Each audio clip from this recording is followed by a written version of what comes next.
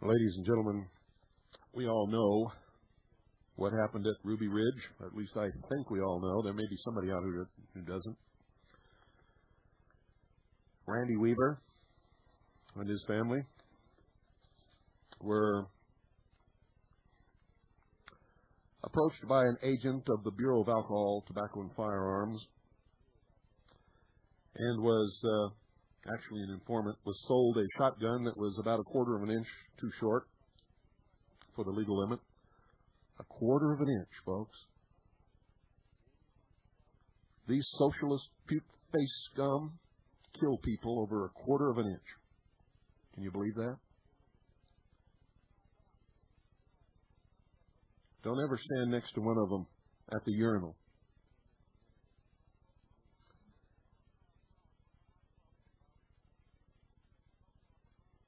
Randy Weaver was then approached by another agent who then bought that same shotgun from him.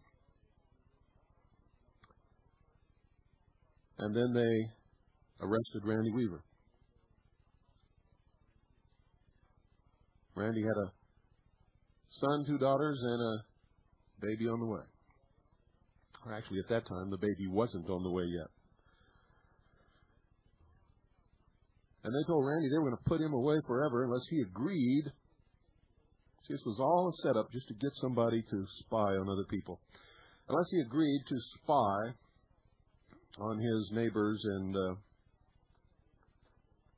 people that he knew. Randy, being a good person, said, "No, I will not do this." So he was sent home on his own recognizance and told to come back on a court date. And they said they were going to lock him up forever. Would you come back after they told you that? After they set you up, arrested you, told you you're going to jail forever, or you got to rat on your friends for 1/4 of an inch of a barrel that Randy probably didn't even measure, probably didn't even know that it was short. Most people can't tell the difference between 16 inches and 15 3/4 inches just by looking at it. Nor would they even guess to do it. Now, if it obviously looks short, sure. Everybody would say, "Whoa, wait a minute, I don't want to get involved in that." But 1/4 of an inch, folks. And then they told him when he said, "No, we're going to put you away forever," and they actually expected him to come back. I wouldn't have come back either. So Randy took his family and headed to Idaho, where there are people who think like he thinks. It doesn't matter what you think about what he thinks, as long as he doesn't injure the person or property of any other human being in this world. He's entitled to think whatever he wants to think and worship at whatever altar he wants to. Well, it took them a while, but they finally found him. And they sent a team of marshals up there who were surprised by the dogs. And Randy and his son, hearing the dogs barking, thought maybe there was a deer on their property, and they wanted to put some meat in the larder. So Randy and his son and their friend, Kevin, grabbed their rifles and went running out the door. Randy went up on the road. His son and his friend went down a path into the forest and ran straight into a U.S. Marshal's ambush. First thing they did was shoot and kill the boy's dog. The boy turned and started to run, and they shot him dead in the back. In the back. Killed him dead. 14-year-old boy. The other boy ran up to the cabin, and Randy Weaver ran up to the cabin, and his friend told him that his son was dead. And then the siege began. Over 500 federal agents, military personnel,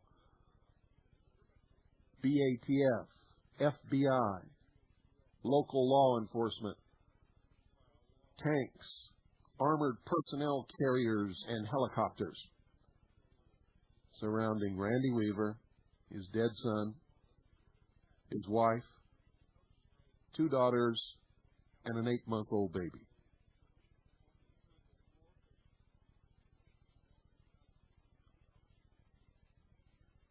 What was that all about? Before it was over, one of the most despicable creatures that's ever crawled upon this earth, an FBI sniper by the name of Lon Horiuchi,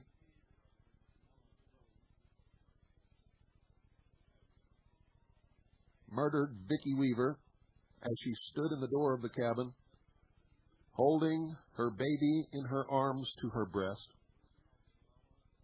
shot her in the head and killed her. She fell back into the cabin, still clutching her baby in a death grip, and died in a great pool of blood that spread over the floor of the cabin in front of her two daughters, her husband, and their friend, another boy.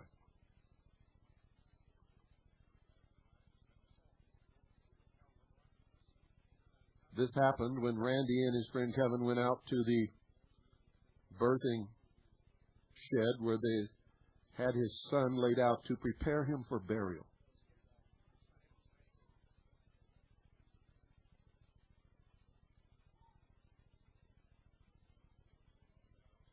Randy Weaver was shot. His friend was shot, both wounded.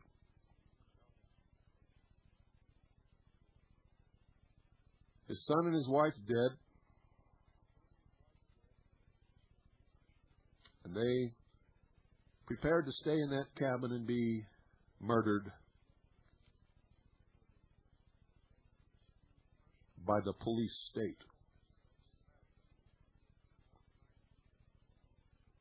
Luckily, a couple of reporters walking through the forest where they weren't supposed to be stumbled upon a clearing where a helicopter was attaching a rubber bladder full of fuel by cable to the underside. They were going to drop it on the cabin and burn Randy Weaver and his family just like they did the Branch Davidians in Waco, Texas. But that was to come later. When they saw the reporters watching them, they stopped, disconnected the fuel bladder, and aborted that mission, thank God.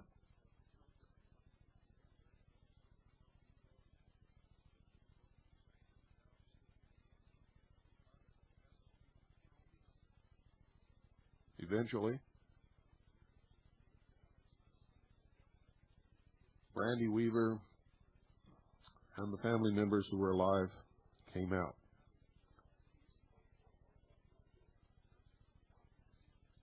A man by the name of Lieutenant Colonel James Boegreitz claims a lot of credit for that, but you don't know what I know about that. See, he claims he went to help Randy Weaver. That is not true. He was called by the Federal Bureau of Investigation. He was working for them. He was wearing a wire the entire time, recording every conversation that he had with Randy Weaver. I don't know if Jack McLam knew about that or not.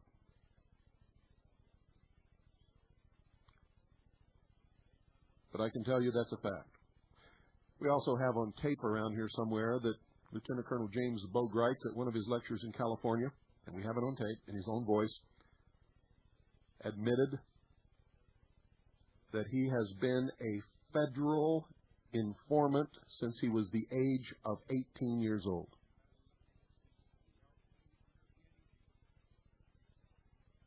And one of these nights I'll play that tape for you.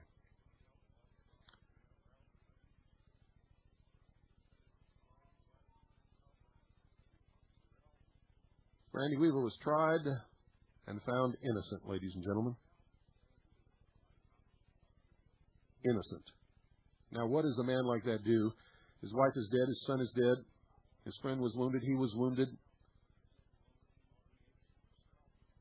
The communist news networks and the socialist Marxist scum journalists across this country have vilified him every chance that they got, and he was guilty of nothing.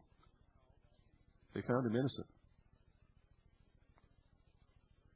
He had committed no crime from the beginning. The only thing that they found him guilty of was he didn't show up at court when he was supposed to. But yet they found him innocent of the crime he was supposed to show up for.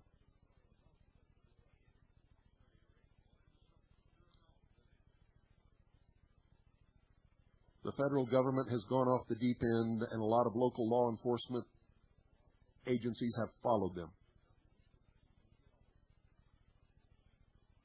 And it's going to stop.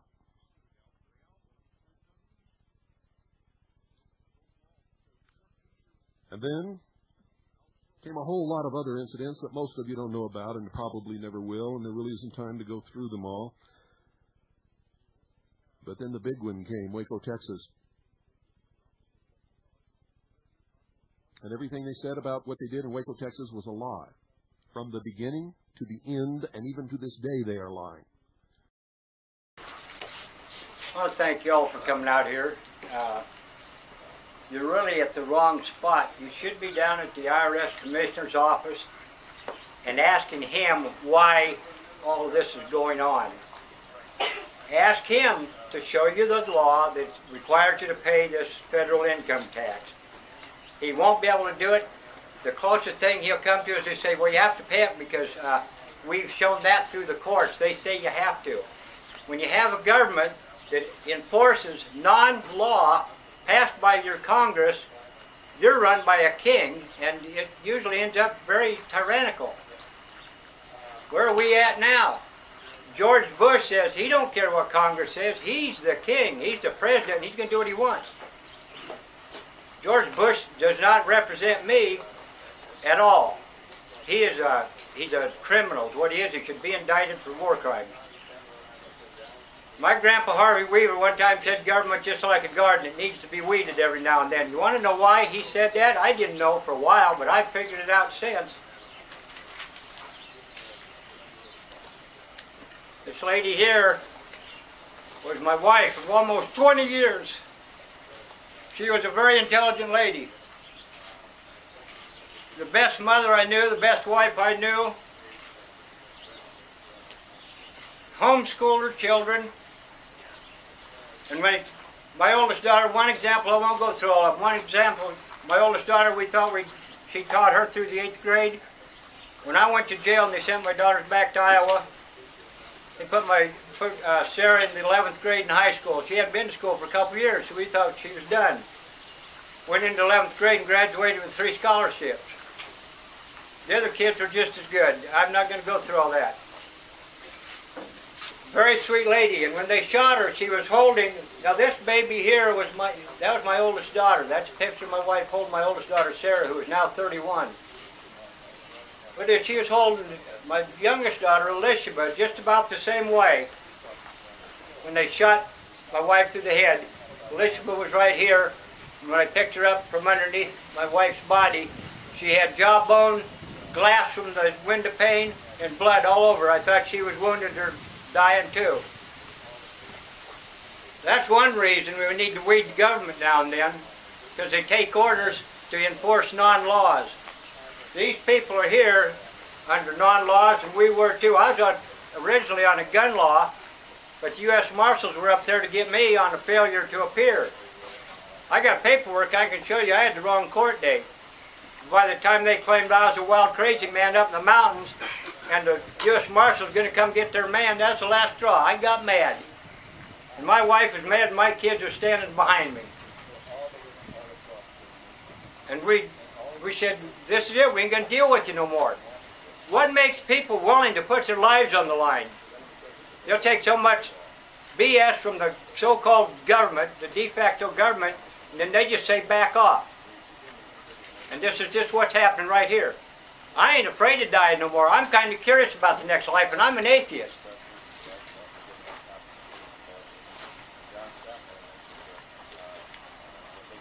My son Sam, this picture, he was 11 years old. He died 3 years later. U.S. Marshals shot his dog, a yellow Labrador, when the dog was running home. They autopsied the dog, which the U.S. Marshals didn't realize they would do. They wouldn't mess with the dog there. His story was the dog was attacking him. Well, apparently in North Idaho, yellow Labradors, they attacked running backwards because he was shot right up the rear end. It come out his spine here and went through his right ear. He was running up the road toward home. He'd already passed these goons. But their job that day on our property was to kill this dog because he had a big mouth, kind of like me, I guess. And they wanted to silence him. Sam said, "You shot Stryker, you SOB." I'll give you the exact words. Well, I'm going to abbreviate it. And he fired 2 rounds in this undercover camouflage U.S. Marshal's direction that he just saw shoot his dog, and he turned to run for home. Another marshal who's from Boston, Mass., not too far from here, he shot this little fella in the right arm, about blew his arm off the elbow. Sam yelled, "Oh shit." Now I'm telling you what my friend Kevin Harris and his stepbrother, he was there to witness this. He said, "Sam yelled, 'Oh shit.'" Come on, Kevin. The U.S. Marshals that were shooting at Kevin at the same time. Sam had shot these 2 rounds at U.S. Marshals. Kevin fired 3 in their direction while he was being shot at. So there's 5 rounds fired between my sons. They fired a total of 14 rounds. They didn't hit Kevin, but Kevin heard it when they hit Sam in the back. It was like, he said, it sounded like when somebody punched in the back real hard, takes the wind out of you.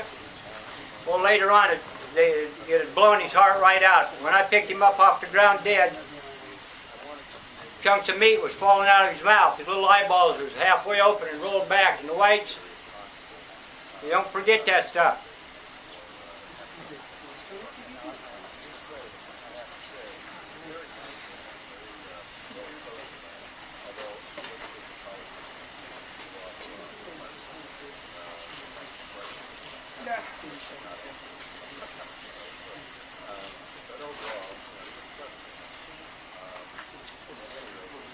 After they shot Sam, a U.S. Marshal was shot and killed, and I honestly believe in my heart, they have never proved otherwise, there was friendly fire. They can't admit that. They won't admit that. That's even, think how much worse that is than blaming it on one of us. They blamed his death on my stepson. Said my stepson did it. Well, he'd come out in court. He didn't do it.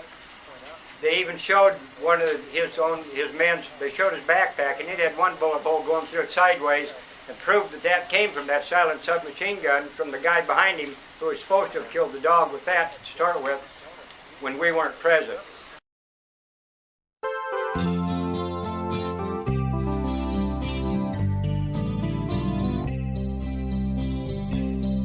In the mountains up near Sandpoint, north of Naples, Idaho, eagles gathered there together to guard the truth, so you might know.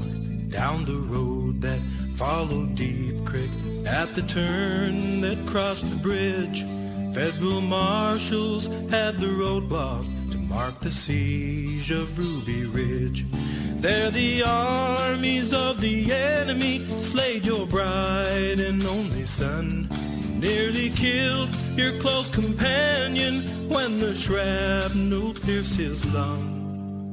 We stand with you, Randy Weaver, 'cause your Lord and Savior lives. Wheresoever eagles gather, that is where his body is.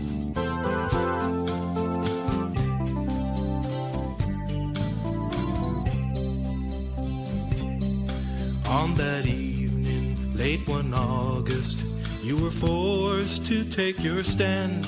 There two strangers, as they trespassed, drew first blood on private land.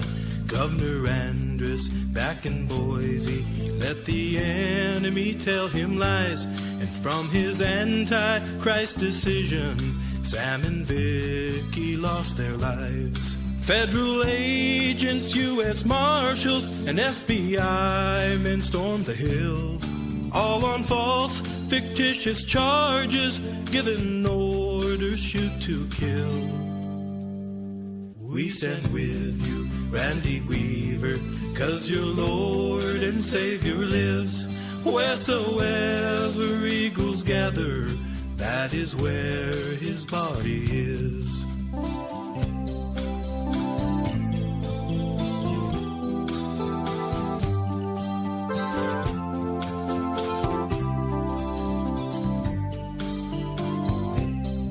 Though the armies of the enemy may surround us in the night, there's a host of heavenly angels hovering near, ready to fight. We stand with you, Randy Weaver. We are proud to call you friend. As we gather here together, stand beside you till the end. We stand with you, Randy Weaver, 'cause your Lord and Savior lives. Wheresoever eagles gather, that is where his body is. Wheresoever eagles gather, that is where his body